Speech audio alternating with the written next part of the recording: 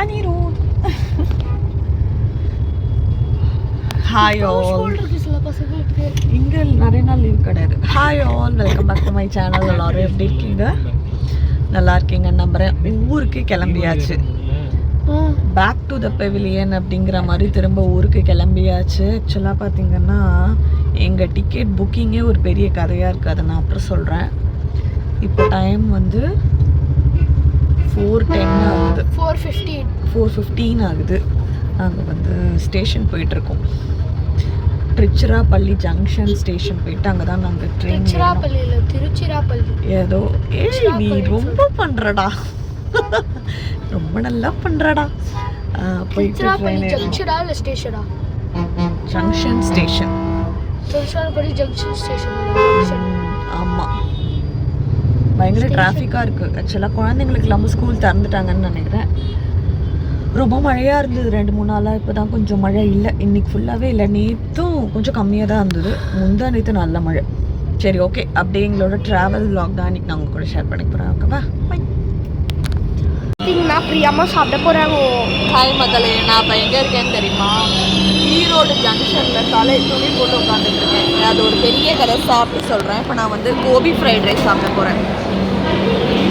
ஆக்சுவலாக நாங்கள் திருச்சியிலேருந்து இங்கே வந்து 8 மணிக்கே வந்துட்டோம். இவங்க 2 பேர் போய் வெளில சாப்பிட்டு வந்தாங்க. எங்களுக்கு ட்ரெயின் வந்து 10 மணிக்கு தான். ஆனால் எனக்கு வந்து கோபி ஃப்ரைட் ரைஸ்.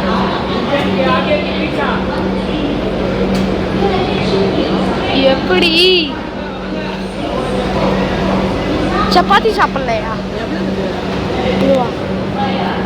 பார்சல் அதெல்லாம் சேர்த்து 475.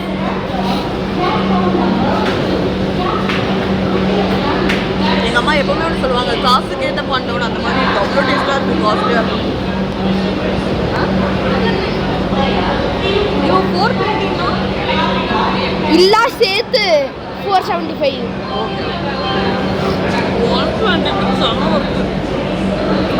தப்பாக சொல்லிட்டான் ப்ரைஸ். சீப். நான் எல்லாமே சேர்ந்து 475. எனக்கு அது புரியல. சூப்பராக இருக்குங்க. சரி, நான் சாப்பிட மாட்டேன்.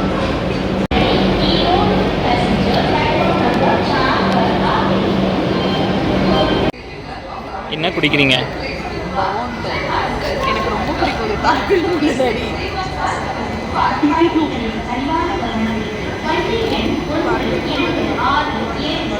கொடுங்க.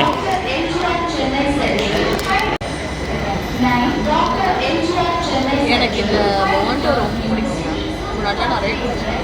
எனக்கு இந்த புனேல கிடைக்க மாட்டேங்குது. ராகேஷ் ஞாபகம் வச்சு எனக்காக வாங்கிட்டு குடிச்சதுக்கு அப்புறம் சாப்பிட ஹால்ஸா எனக்கு ரொம்ப கோல்டு வர மாதிரி. பயங்கர கோல்டு வர மாதிரி. சரி, நம்ம போட்டு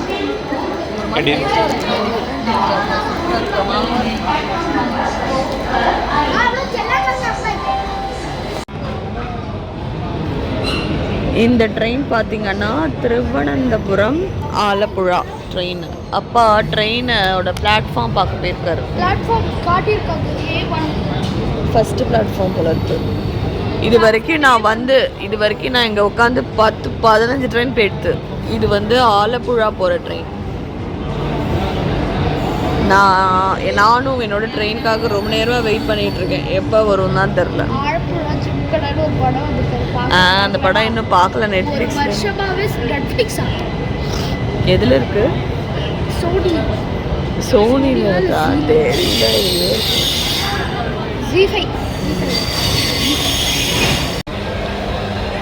ஆக்சுவலாக பார்த்தீங்கன்னா நாங்கள் டிக்கெட் போட்டது வந்து சண்டே மார்னிங்கு தான் போட்டோம். கரெக்டாக தீபாவளிக்கு அந்த 2 months முன்னாடி புக்கார் அன்றைக்கே போட்டுட்டோம். கரெக்டாக அன்றைக்கி போட்டப்பவே எங்களுக்கு வெயிட்டிங் லிஸ்ட் வந்து 7, 8, 9 இருந்தது. நேற்றுக்கு ஆஃப்டர்நூன் வரைக்குமே அது மூவ் ஆகவே இல்லை. ஸோ ரிஸ்க் எடுக்க வேணாம் அப்படின்னு சொல்லிட்டு தட்கலில் ட்ரை பண்ணலான்னு பார்த்தா திருச்சியிலேருந்து ரொம்ப கம்மியான ட்ரெயின்ஸ் தான் இருக்குது. அதுக்கப்புறம் பார்த்தோம் ஈரோட்லேருந்து ஒரு ட்ரெயின் இருக்குதுன்னு சொல்லிட்டு அதில் ட்ரை பண்ணோம். கிடச்சிடுது லக்கீலி. அதனால என்னென்னா நாங்கள் வந்து திருச்சியிலேருந்து ஈரோடு வந்துட்டு இப்போ நான் வந்து ஈரோடு ஸ்டேஷனில் வெயிட் பண்ணிகிட்ருக்கேன். எனக்கு ட்ரெயின் பார்த்திங்கன்னா நைட்டு வந்து 9:45 தான். வீட்டிலேருந்து நான் 3:30 கிளம்பிட்டேன். எனக்கு திருச்சி ஜங்ஷனில் ட்ரெயின் வந்து 5:10. அதுலேயே என்ன ஒரு விஷயம் நடந்ததுன்னு பார்த்தீங்கன்னு வச்சுக்கோங்களேன். என்னோட ட்ரெயின் இருக்குல்ல, அந்த ட்ரெயின் நாங்கள் புக் பண்ணுறது ட்ரிச்சிலேருந்து ஈரோடு புக் பண்ணப்போ எங்களுக்கு கிடைக்கல. ஸோ நாங்கள் என்ன பண்ணோன்னா, ட்ரிச்சிக்கு அடுத்தது தான் உங்களுக்கு வந்து கரூர். ஸோ கரூர்லேருந்து புக் பண்ணலான்னு சொல்லிட்டு கரூர் டு ஈரோடு புக் பண்ணிட்டோம். அதுவுமே தட்கலில் தான் புக் பண்ணோம். டிக்கெட் வந்து கன்ஃபார்ம் ஆகிடுச்சு. கன்ஃபார்ம் ஆனதில் ஒவ்வொருத்தருக்கும் ஒவ்வொரு கோச்சு. ஒருத்தருக்கு 12, ஒருத்தருக்கு 13, இன்னொருத்தருக்கு வந்து 18. ஓகே, ட்ரிச்சிலேயே ஏறிடலான்னு சொல்லிட்டு ஏறிட்டோம். ஏறி போய் டிடிஆர்கிட்ட கேட்டால் அப்பா அவ்வளோ பிரச்சனைகள். அதுக்கப்புறம் 400 ரூபா கட்டணும். எதுக்குன்னா ட்ரிச்சிலேருந்து கரூர் வர்றதுக்கு 400 ருபீஸு இங்கே 3 பேருக்கு. என் சோக கதையை அவங்கக்கிட்ட சொல்லிகிட்டு இருந்தேன். வணக்கம் மக்களே. இப்படி தான் இன்றைக்கி என்னோட நாள் போயிருக்கு. ரொம்ப டயர்டாக இருக்கேன் நான். இங்கேயே இடம் கொடுத்தாங்கன்னு வச்சுக்கோங்க, அப்படியே கீழே படுத்துடலாம் போல இருக்குது. ட்ரெயினுக்காக வெயிட் பண்ணிகிட்டு இருக்கேன். எப்படா படுக்க முடியும்? சரிங்க, நான் ட்ரெயின் ஏறிட்டோம்ல பார்க்குறேன். எனக்கு ரொம்ப கோல்டாக இருக்குடா. ட்ராகன் புதுசாக வாங்கிட்டு அதை ஓப்பன் பண்ணிட்டேன். ஆமாம், சரி மக்களே, ட்ரெயின் ஏறிட்டு பார்க்கலாம். ஹாய் மக்களே, காலை வணக்கம். இப்போ டைம் கரெக்டாக வந்து 9:40 ஆகுது. நாங்கள் வந்து குண்டக்கல்லில் வந்து ஆர்டர் பண்ணியிருந்தோம். பிரேக்ஃபாஸ்ட் வந்திருக்கு. அது என்னங்கிறத காட்டுறேன். நைட்டு ஏறினோடனே படுத்தது தான் செம்ம தூக்கம். ரொம்ப டயர்டாக வேறு இருந்தது. ஸோ நல்லா தூங்கியாச்சு. இப்போ எழுந்திருக்கேன். இனிமேல் தான் சாப்பிடணும்.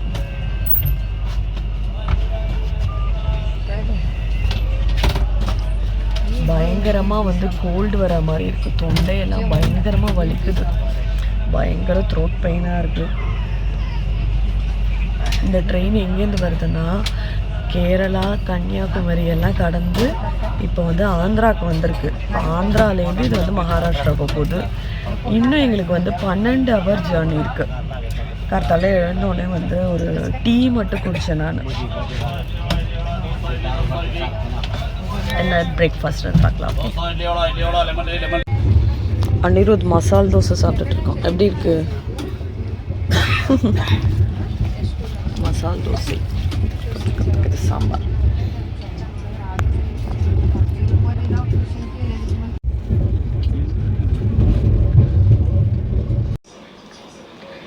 ஹாய் மக்களே, வீட்டுக்கு வந்தாச்சு. ஆக்சுவலாக நேற்றுக்கு வந்து மத்தியானம் சாப்பிட போகிறேன்னு சொன்னேன்னா, அதுக்கப்புறம் வீடியோவே எடுக்கல. செம்ம டயர்டாகிடுச்சு. ஏன்னா ஜேர்னி டைம் பார்த்திங்கன்னா ஒரு 30 மணி நேரம்னு சொல்லலாம். நொந்து நூடுல்ஸ் ஆகிட்டேன். டைம் ஆக ஆக வந்து ரொம்ப டயர்டாகிடுச்சு. ஒரு மாதிரி தலைவலி வந்துடுச்சு. சுத்தமாக முடியல. ஐயோ முடியலையே, நல்லபடியாக வீட்டுக்கு போகணுமே முருகா பாபா தாத்தான்னு வேண்டிக்கிட்டே இப்போ வந்து வீட்டுக்கு வந்துட்டேன். நேற்று நைட்டு வீட்டுக்கு வரப்போ டைம் வந்து 11:45 ஆகிடுச்சு. 11:45 11:50 இருக்கும்னு நினைக்கிறேன். நேற்று செம்ம கும்பலுங்க ஸ்டேஷன்லேருந்து இறங்கி வெளில வரவே எனக்கு வந்து 40 நிமிஷம் ஆகிடுச்சு. அவ்வளோ கும்பல். ஏன்னா வந்து புனேயில் பார்த்திங்கன்னா உங்களுக்கு வந்து தீபாவளிக்கு தான் லீவ் விடுவாங்க. ஸோ ஒரு 10 days வந்து எல்லாருக்குமே லீவ். குழந்தைங்களுக்கு சொல்கிறேன், எல்லாருக்குமே ஸ்கூல் மண்டே அன்னிலேருந்து தான் ஸ்டார்ட் ஆகுது.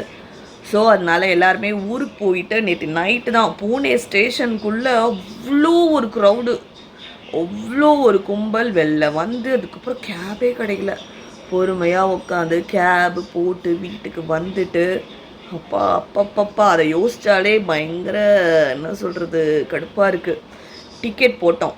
என்றைக்குமே ஒரே ட்ரெயினில் கொஞ்சம் டைம் இருந்தால் கூட ஓகே.